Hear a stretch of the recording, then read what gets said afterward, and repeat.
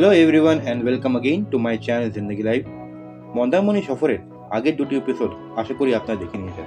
যদি না দেখা হয়ে থাকে তাহলে অনুরোধ রইল ডেসক্রিপশনে দেওয়া লিঙ্কে টুটতে গিয়ে আপনারা আগের দুটি পর্ব দেখে নেবেন, তাহলে এই ভিডিওটি কন্টিনিউ বুঝতে সুবিধা হবে। এই ভিডিওটি হচ্ছে মন্দারমণি সফরের তৃতীয় এবং আখরি এপিসোড। কমপ্লিমেন্টারি ব্রেকফাস্ট সকাল 10টা পর্যন্তই হয় কিন্তু, তাই পুরো টিম ডে 2তে তাড়াতাড়ি করে ব্রেকফাস্ট করে সেরে নিলাম। কালকে এখানকার খাওয়া দাওয়া প্রপার্টি এক্সপ্লোর ভালো মতন করে নিয়েছি, তাই আজকে একটু বাইরের দিকে শাকে খাওয়ার ইচ্ছা রয়েছে এবং বাইরের দিকে ফুটবল খেলবো পুরো টিম মিলে। তো দেখা যাক, চলুন দেখতে থাকুন। আজকে ডে 2 আর আমরা এখন যাচ্ছি লাঞ্চ করতে। তো আমরা কালকে অবশ্যই ট্রাই করেছি এখানকার খাওয়া দাওয়ার, এবং কালকে আমি হয়তো খাওয়ার পর রিভিউ দিতে পারিনি, এটা আমি পরে একটা সেপারেট করে জানিয়ে দিচ্ছি। ওই সুবিধার্থে বলে দিই, এই হচ্ছে আমাদের রিসর্ট। বেরিয়েই এই রাস্তা দিয়ে বেরিয়ে এখান থেকে এসে এখানে আপনি শ্যাক পেয়ে যাবেন।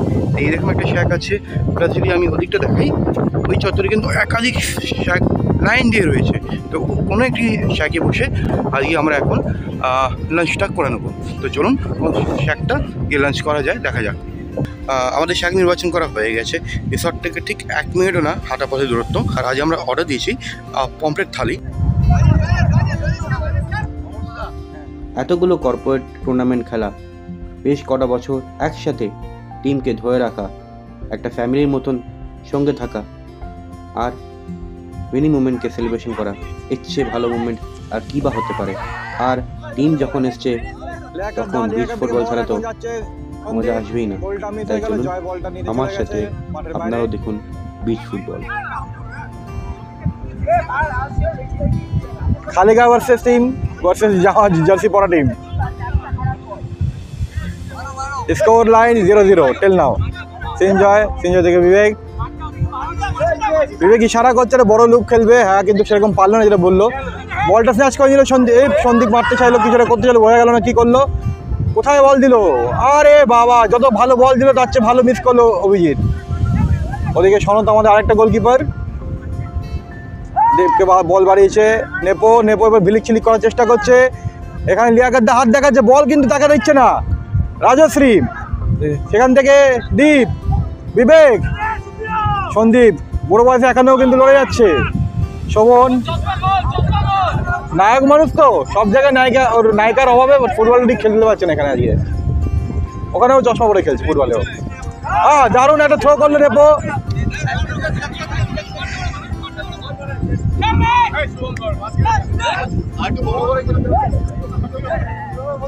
আরেকটা গোলকিপার খেলছে অপর মাঠে। না আছে, এখনো বল আছে গোল, সুবর্ণ সুযোগ মিস করলো গোল করার। গোল রেকর্ডিং আছে, গোল হয়েছে। এটুতে আমরা যাচ্ছি বাইরে খেতে, অর্থাৎ শ্যাক যেগুলো আছে সেখানে একটু খাওয়া দাওয়া ট্রাই করবো, আর দেখে নেবো যে ওখানে খাওয়ার কোয়ালিটি কেমন এবং তার করসপন্ডিং যে প্রাইসটা ওরা যেটা নিচ্ছে সেটা আদৌ সেটা ভ্যালিড কিনা বা জাস্টিফাই করছে কিনা। তো চলুন আমরা এখন যাই শ্যাকে, ওখানে গিয়ে বিস্তারিত তথ্যগুলো তুলে ধরছি। দেবী হোটেল অ্যান্ড রেস্টুরেন্ট। অনেক বছর পর আবার মন্দারমণিতে এলাম। আমি এসেছিলাম 2007 কি 2008, যখন আমি এই আগের কোম্পানির কাজ করতাম আমার বন্ধুদের সাথে, মানে সেই সময় এসেছিলাম। আমার যখন মনে আছে দীপাঞ্জন, তারপরে সোমনাথ, সঞ্জিত খাড়া, তো এই একটা বড় গ্রুপ, নবনীল, তারা এসেছিলাম। তখন কিন্তু আমি একটা জিনিস উপলব্ধি করেছিলাম, সমুদ্র কিন্তু বিচ থেকে অনেকটা পিছিয়ে। আই থিঙ্ক গ্লোবাল ওয়ার্মিংয়ের জন্য হয়তো সমুদ্র অনেক এগিয়ে এসছে। বিচের যে আপনার বালি যে এরিয়াটা আছে সেটা কিন্তু অনেক কমে গেছে। আগে কিন্তু আমাদের অনেকটা হাঁটতে হতো, প্রায় 3-4 কিলোমিটার আমার মনে হচ্ছিলো জল খুঁজতে হাঁটতে হয়েছে, কিন্তু এবার কিন্তু সমুদ্র অনেক এগিয়ে এসছে। তো এটা বুঝতে পারছি তো আমরা প্রকৃতিকে কত রকমভাবে এবং কীভাবে ক্ষতি করছি। এর কিন্তু বহিঃপ্রকাশ, এর কিন্তু বড় নেগেটিভ ইম্প্যাক্ট আমাদের প্রতি কিন্তু লেট হলেও পড়বে। কিন্তু এখানে খাওয়া দাওয়া শুরু করে দিয়েছে, ওখানে একটা গ্রুপ খাচ্ছে আর এই গ্রুপ এখন এনজয় করছে, পার্টি করছে। তো বোঝা যাচ্ছে জুনিয়রগুলো বেশি ভালো, জুনিয়ররা খুব ভদ্র ছেলে। জুনিয়র সব কটা জুনিয়র এখানে বসে রয়েছে, আর এই জুনিয়রের মধ্যে আমিও বসে সামিল হয়ে যাব, ভাতটা খেয়ে নেবো।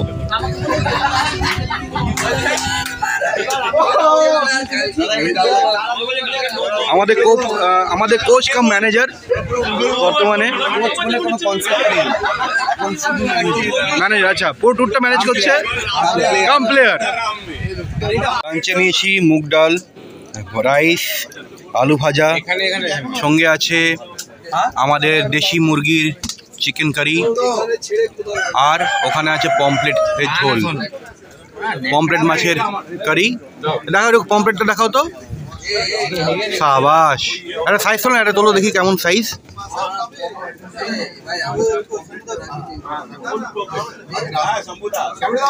সাবাস, মারাত্মক সাইজ। লেবু মাখিয়ে, ও আলু ভাজা বাড়ির মতন, আর ভাত ডাল, তাতে এরকম পমপ্লেট, আবার মাংস। মানে কি বলবো, মানে যারা ট্যুর অপারেটর যা অ্যারেঞ্জমেন্ট করছে, অ্যাটলিস্ট আজকের লাঞ্চটা দারুণ। এত বড় মাছ, মানে সাইজটা দারুণ।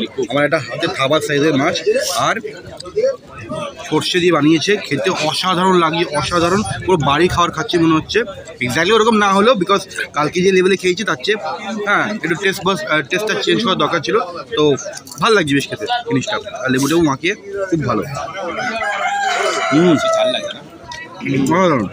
খুব ভালো। খাওয়া দাওয়া পর্ব শেষ, লাঞ্চটা করে উঠলাম, বেশ ভালোই খেলাম। এখানকার ভেজ থালি নিল এই 60 টাকা করে, আর পমপ্লেটের জন্য আলাদা যেহেতু আমরা অর্ডার করেছিলাম তার জন্য নিল 160 টাকা। তো এই মোটামুটি 240 টাকায় আমরা খুব ভালো মতো খেলাম। এবং সত্যি বলতে গেলে অনেকটা ঘরোয়া খাবার ছিল, খেয়ে আমাদের খুব ভালো লাগলো। আমি যদি কম্পেয়ার করি রিসর্টের সঙ্গে, তো রিসর্টে তো অবভিয়াসলি দামও যেরকম ছিল তার সঙ্গে তার খাবারের মানটাও সেরকমই ছিল। মানে আমার তো ব্যক্তিগতভাবে এখানকার খাবারটাই বেশি ভালো লাগলো, বিকজ এটা ভ্যালু ফর মানি লাগলো আমার কাছে। দেখুন, এরা তো আর্থিকভাবে অনেকটাই সেরকম এস্টাবলিশ না।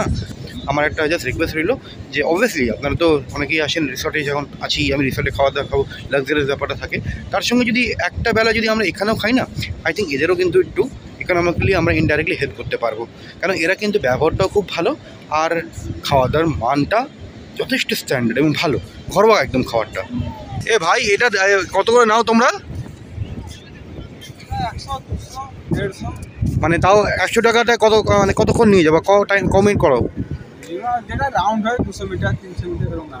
আচ্ছা, মানে 200 মিটার যদি হয় তাহলে 100 টাকা নাও। সেটা 5 মিনিট হতে পারে, 7 মিনিটও লাগতে পারে।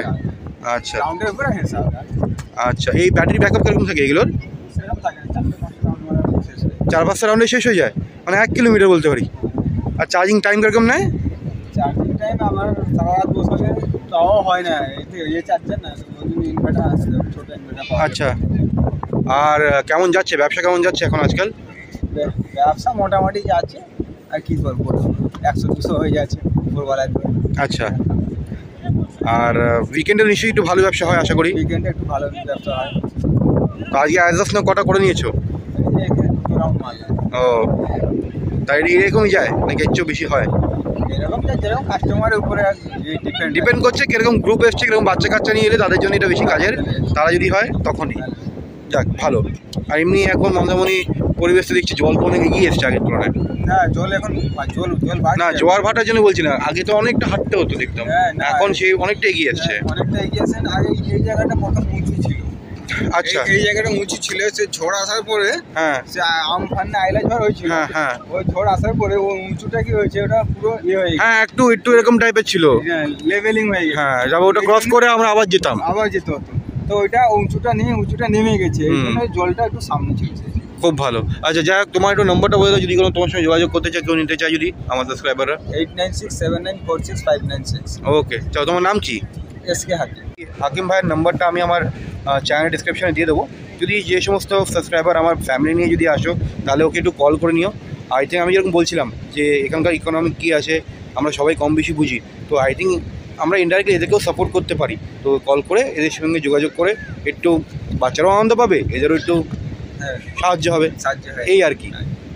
চলো, থ্যাংক ইউ ভাই। আপনাদের দেখিয়ে দিয়েছি সকালবেলা বা দিনের বেলায় হোটেলের অ্যাম্বায়েন্সটা কেমন, কিন্তু রাত্রে অ্যাম্বায়েন্স কিন্তু পুরো পাল্টে যায়। আর আজ কিন্তু ডিজে নাইট পার্টিও আছে, আজকে আমরা সেটাও এনজয় করব এবং আপনাদেরও দেখাবো এখানে কীরকমভাবে কী অ্যারেঞ্জমেন্ট করা হয়। নাইট ভিউটা একটু বুঝিনি কেমন কি আছে। ওই যেমন আগেই বলেছিলাম লুকসটা কিন্তু পাল্টে যায়, বিকজ লাইটিং ফাইটিং করে হিউজ এরা সাজিয়ে রেখেছে, প্লাস আজকে তো ডিজে নাইট আছেই। তো দেখা যাক কেমন কি অ্যারেঞ্জমেন্ট করেছে। চলো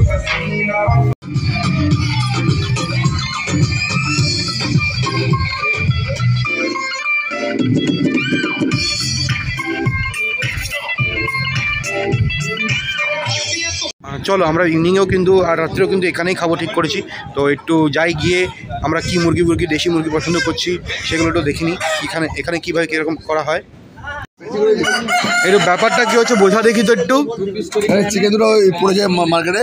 হ্যাঁ ক কেজি হয়েছে? হ্যাঁ সেই ওজন দুটো, তারপরে কাকা বলবে যে কত টাকা গোটা হবে, সেই গোটা অনুযায়ী কাকা দামটা ঠিক বলবে।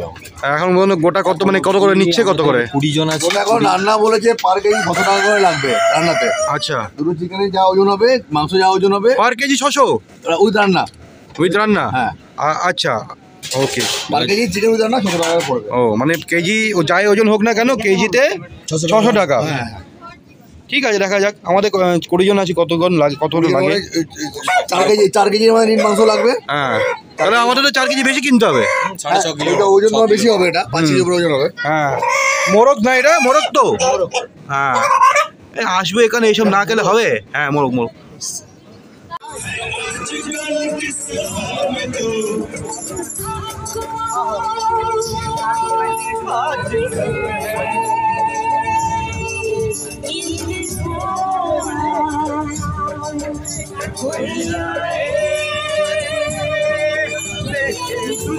এত সুন্দর সুন্দর মুহূর্তগুলো কীভাবে এত তাড়াতাড়ি যে কেটে যাচ্ছে বোঝাই যাচ্ছে না।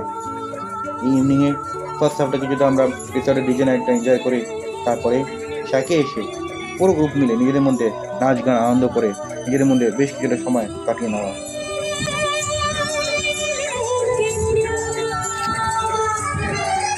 আর ঠিক কথা মতন শাকের দাদা 10টা বাজতেই আমাদের টেবিলে উপস্থাপনা করে দেন আজকের ডিনার। আমরা এখন প্রায় আনুমানিক 1টা বাজে, আমরা এখন এখান থেকে বেরোচ্ছি এবং এই দুদিনের এক্সপিরিয়েন্স আমাদের কাছে স্মরণীয় হয়ে থাকবে। ওই যে শেরে পাঞ্জাব হোটেল বা শেরে পাঞ্জাব ধাবা কোলাঘাটে, তার একটুখানি এগিয়ে গিয়েই এক্সপ্রেস ফুড প্লাজা যে ধাবাটা আছে, সেখানে আমরা এখন লাঞ্চ করব। এই রাস্তায় আমি একাধিকবার যাওয়া আসা করছি, বাট কখনো এই ধাবায় আমার খাওয়া হয়নি।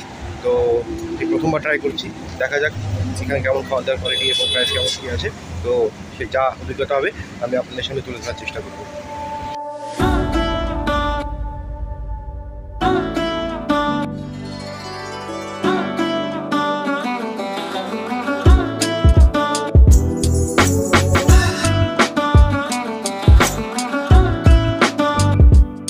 লাঞ্চ তো করে উঠে এবার বাড়ির পথে ফেরা, তবে লাঞ্চ যে করলাম তার রিভিউটা নিয়ে যাই।